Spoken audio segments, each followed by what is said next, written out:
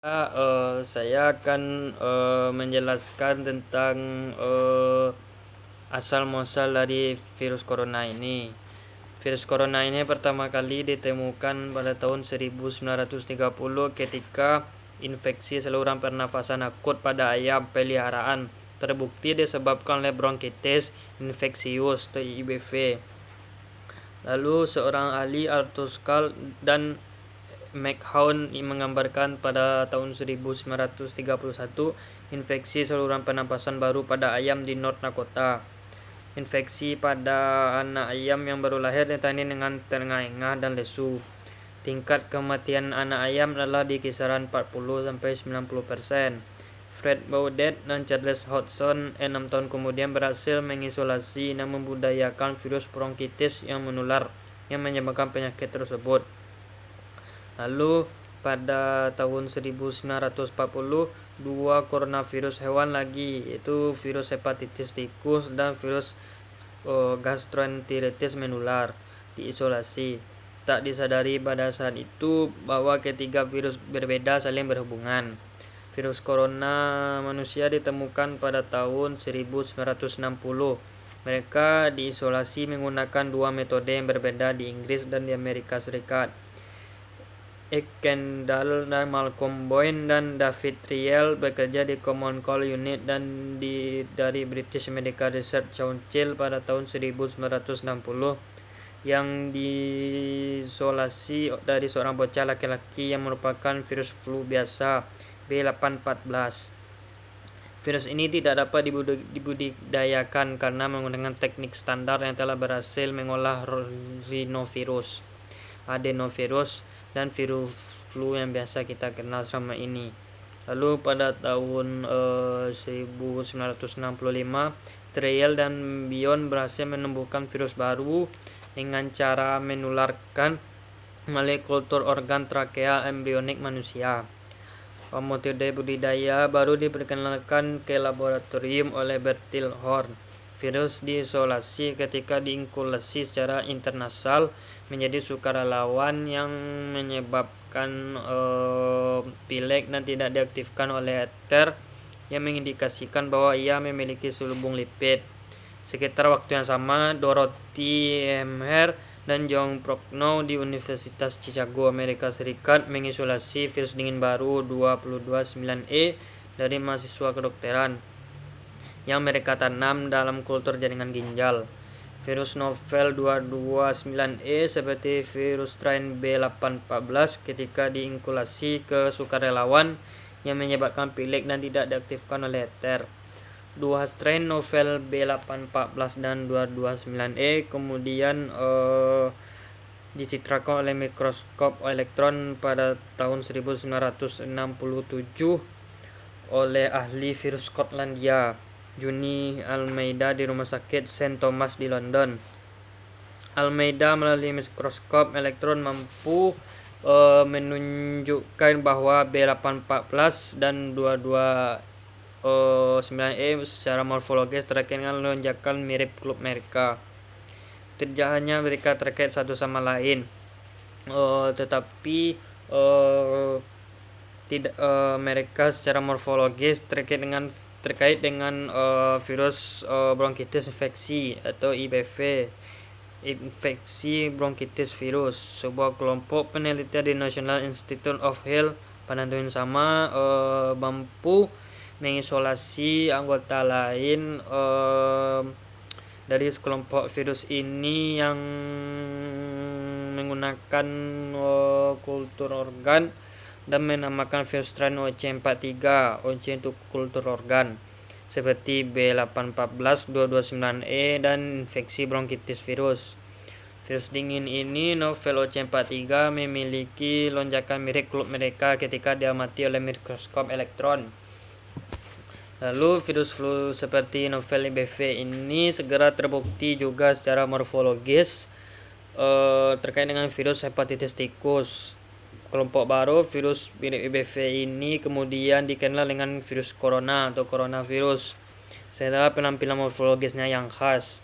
Human coronavirus 229E dan human coronavirus OC43 terus dipelajari dalam beberapa dekade berikutnya. Virus corona B18 hilang, tidak diketahui di mana yang mana virus manusia itu. Coronavirus manusia lainnya sejak itu telah diidentifikasi, termasuk SARS-CoV pada tahun 2003, HCOV-NL63 pada tahun 2004, dan HCOV-HKU1, dan pada tahun 2005 MERS-CoV. Lalu pada tahun 2012 SARS-CoV-2. Pada tahun 2019 ada juga yang merupakan sejumlah besar coronavirus hewan yang dapat diidentifikasi pada tahun 1960. Lalu setelah saya jelaskan tadi, lebih lanjutnya saya akan menjelaskan tentang struktur virus itu sendiri atau mikrobiologi. Coronavirus adalah partikel bola pleomorfik yang besar dengan proyeksi permukaan yang bulat. Diameter rata-rata partikel virus ini sekitar 120 nm. Diameter amplopnya adalah 80 nm dan paku 20 nm. Amplop virus dalam mikrograf elektron muncul sebagai pasangan berbeda dari cangkang pada elektron. Amplop virus terdiri dari bilayer lipid di mana protein struktural membran amplop dan lonjakan berlabuh. Subset coronavirus, khususnya anggota sub kelompok beta coronavirus A, yang juga memiliki protein permukaan yang mirip lonjakan lebih pendek, disebut hemagglutinins esterase atau HE. Di dalam amplop ada nukleokapsid yang terbentuk dari banyak saluran protein nukleokapsid yang terkait dengan genom RNA beruntai indera tunggal perasaan dalam konfirmasi tipe manic on string yang kontinu secara terus menerus. Amplop bilayer lipid, protein membran dan nukleokapsid melindungi virus ketika berada di luar sel inang.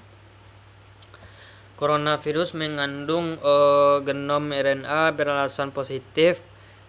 Indera tunggal ukuran genom coronavirus berkisaran antara 26,4 sampai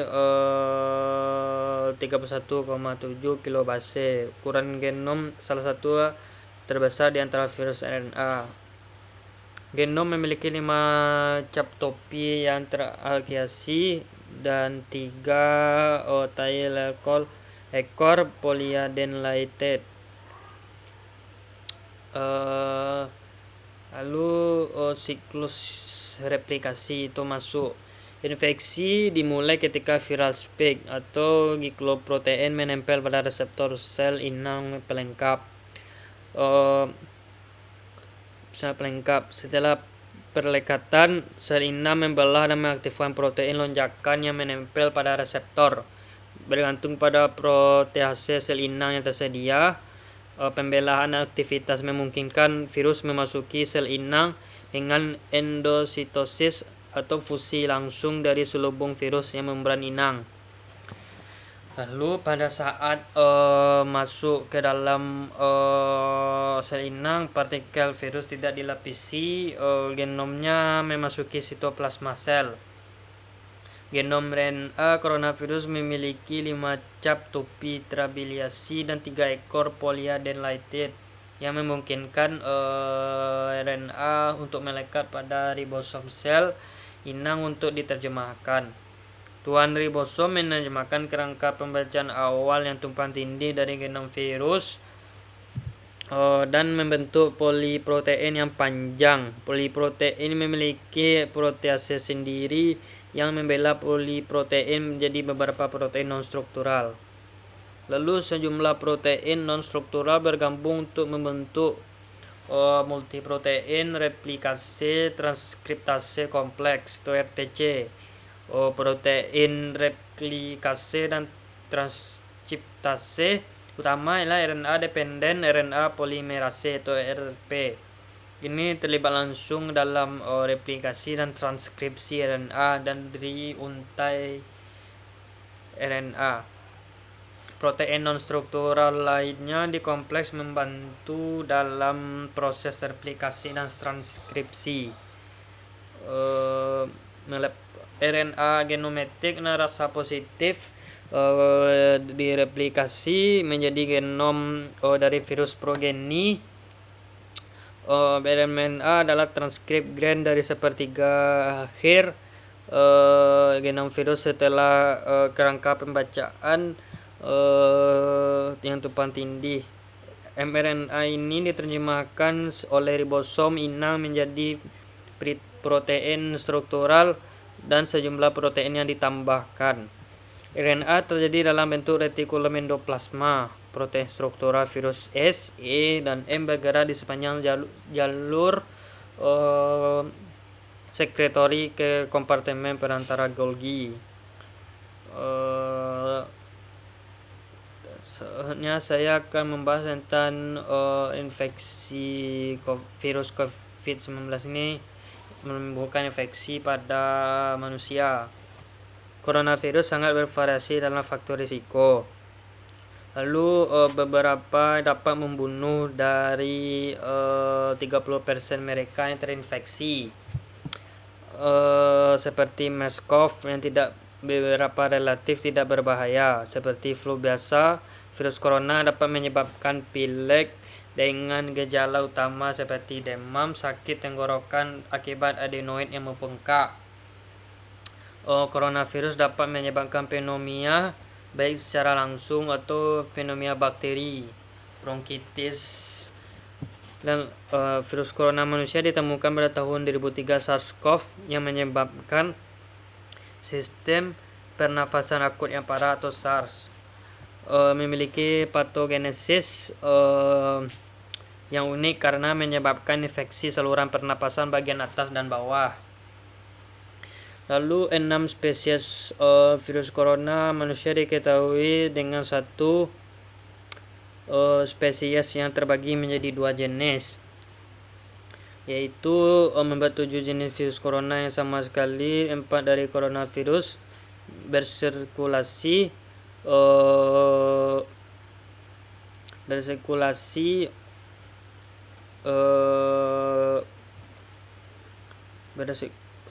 dalam populasi manusia yang menghasilkan gejala flu biasa yang umumnya ringan pada orang dewasa dan anak-anak di seluruh dunia. OC43, HKU1 dan HCOV229E dan NL93.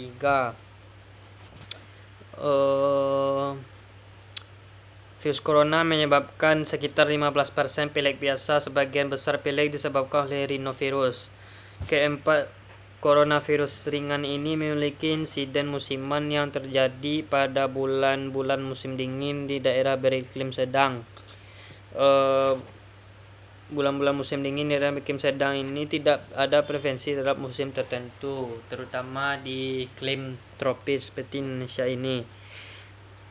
4 virus corona manusia menghasilkan gejala pada umumnya ringan, yaitu human coronavirus OC43, human coronavirus HKU1, human coronavirus 229E, human coronavirus NL43. Lalu 3 coronavirus manusia menghasilkan gejala berpotensi. Yang pertama, virus corona terkait sindrom Timur Tengah, coronavirus sindrom pernapasan akut, dan sindrom pernapasan akut coronavirus 2 atau SARS-CoV-2.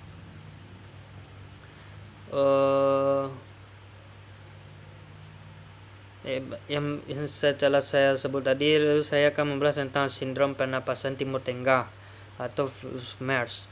Lalu pada bulan September 2002 jenis baru coronavirus dapat diidentifikasi. Awalnya sebut novel coronavirus 2012. Lalu sekarang secara resmi menama Middle East Respiratory Syndrome atau MERS-CoV. Organisasi Kesehatan di Dunia mengeluarkan peringatan global. Setelah itu, pembaruan WHO pada 28 September 2012 mengatakan virus itu tampaknya tidak mudah menular dari orang ke orang. Namun pada 12 Mei 2013 kasus penularan dari manusia ke manusia di Prancis dikonfirmasi oleh Kementerian Sosial dan Kesehatan di Prancis. Namun pada 12 Mei kasus penularan manusia ke manusia di Prancis yang dikonfirmasi oleh Kementerian Sosial. Selain itu, kasus penularan manusia ke manusia dilaporkan oleh Kementerian Kesehatan di Tunisia di bagian Afrika. Kedua kasus konfirmasi melibatkan orang tampaknya menangkap penyakit dari almarhum ayah mereka. Setelah pusat medis Erasmus, Belanda mengurungkan virus diberi nama itu human coronavirus. Pusat medis Erasmus, nama terakhir virus ini adalah coronavirus sindrom pernafasan Timur Tengah. Satu-satunya kasus Amerika Serikat, keduanya selamat, dicatat pada Mei 2014.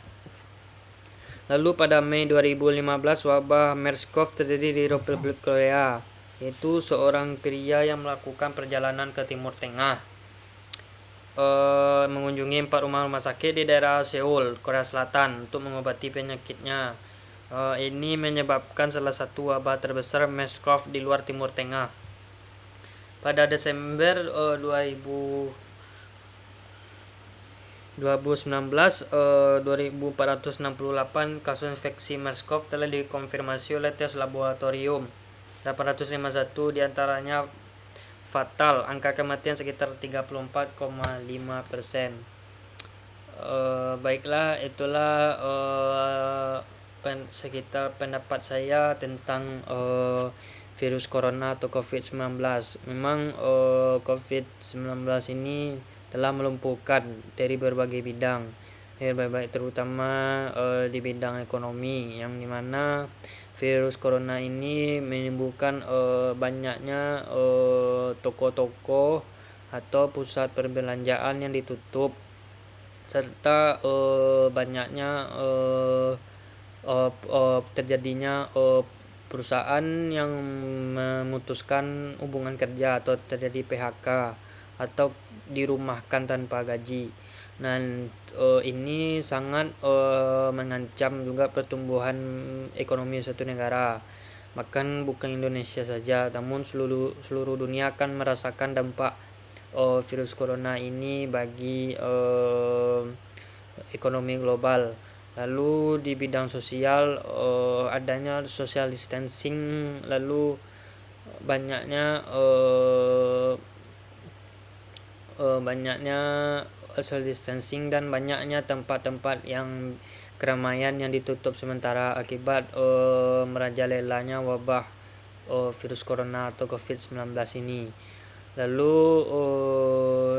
kebijakan pemerintah terkait dengan COVID-19 ini, yaitu salah satunya menetapkan untuk melarang mudik bagi calon pemudik. Tujuan ini ialah untuk memutus rantai penyebaran corona pada saat Idul Fitri. Yang kedua yaitu menutup tempat sekolah dan toko-toko, sekolah, universitas dan toko-toko, serta kebijakan pendidikan lainnya, yaitu melaksanakan kuliah atau sekolah secara daring online. Nah, ini tujuannya untuk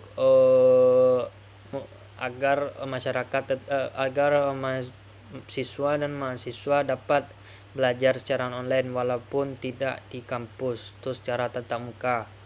Dan selanjutnya yaitu selain di Indonesia, bahkan banyak negara-negara yang melakukan kebijakan terkait dengan penanganan COVID-19. Ini ya salah satunya yaitu melakukan lockdown atau menutup arus keluar masuk bagi satu negara. Contohnya yaitu di Jerman dan Italia dan Inggris, dia melakukan lockdown sebesar-besarnya guna untuk mencegah atau memutus rantai penyebaran virus corona. Setelah dari intinya tadi, marilah kita sebagai bersatu seluruh masyarakat Indonesia bahkan global untuk bersatu, untuk bersama-sama untuk membantu memusnahkan dan memutus rantai penyebaran corona ini. Tujuannya ialah untuk agar aktivitas yang kita inginkan kembali seperti semula. Dan apa yang kita inginkan selama corona ini dapat tercapai setelah virus corona ini selesai. Maka dari itu kita masyarakat haruslah bersama pemerintah bekerja sama dalam penanganan COVID ini, yaitu dengan cara janganlah keluar rumah ketika tidak ada perlu. Selagi tidak perlu janganlah keluar rumah. Apabila keluar rumah dengan keperluan tertentu, pakailah masker guna untuk melindungi kita dari orang yang terkena virus corona. Dan jangan lupa mencuci tangan pada saat keluar rumah. Tujuannya untuk menghilangkan virus corona yang melekat di tangan kita, karena virus itu sendiri akan mati dengan kita melakukan cuci tangan dengan sabun. Maka virus itu mati dengan sabun. Sekian pendapat saya atau video saya ini tentang COVID-19. Semoga keadaan dunia akan membaik dengan dari COVID-19 ini. Sekian dari saya, wabillahi taufiq wal hidayah. Wassalamualaikum warahmatullahi wabarakatuh.